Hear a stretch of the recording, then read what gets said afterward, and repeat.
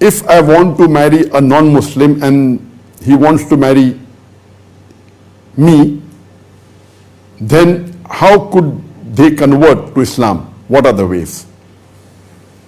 As far as marrying a non-Muslim is concerned, Allah is very clear-cut in the Quran in Surah Baqarah, chapter number 2, verse number 221, that where it says that do not marry unbelieving women until they believe. A believing woman, even if she's a bondswoman, is better than an unbelieving woman, even if she allows you. That means the Quran is very clear-cut. Do not marry a mushrika, a idolatress, until she believes.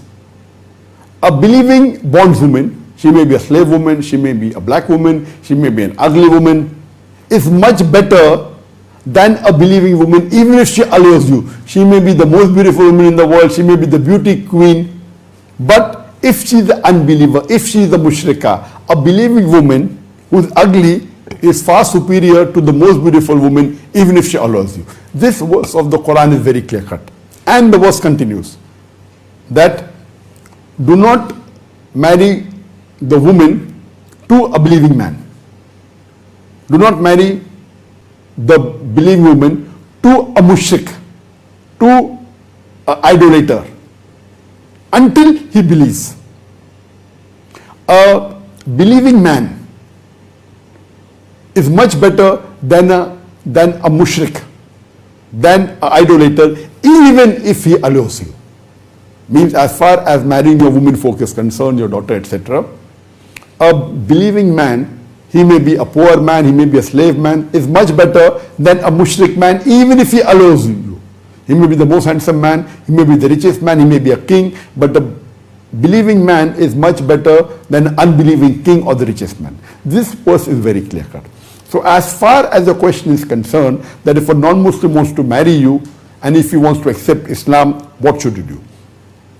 If he willingly accepts Islam, and the girl or the boy, the mushrik or the mushrika, or the unbelieving woman or the unbelieving man, if they willingly agree, they have to minimum believe in two criteria. Number one, that they have to believe that there is no God but Allah, and number two, they should believe that Prophet Muhammad is the last and final messenger of Allah subhanahu wa ta'ala. So these are the minimum two criteria for any non-Muslim to accept Islam.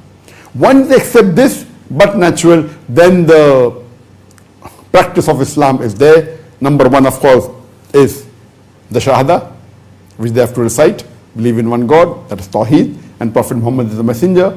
Number two comes the Salah, then comes the Zakat, then comes fasting in the month of Ramadan, then if they have the means, they should perform Hajj, if they have the means and the wealth. These follow later on.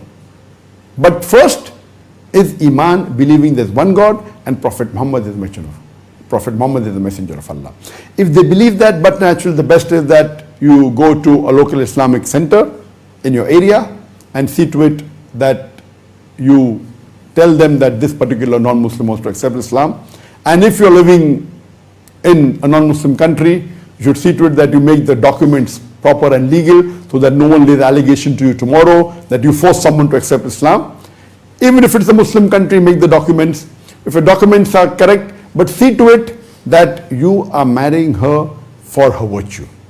If you as a Muslim boy or a Muslim girl is marrying a non-Muslim who is willing to accept Islam just because of infatuation, then that is not the correct approach.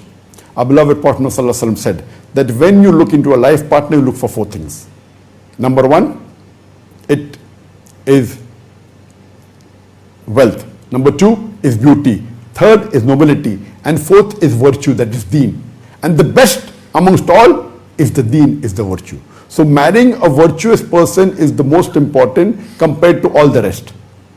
So if you feel that yes, there are some non-Muslims after accepting Islam, they are very virtuous and much better than many of the practicing Muslims.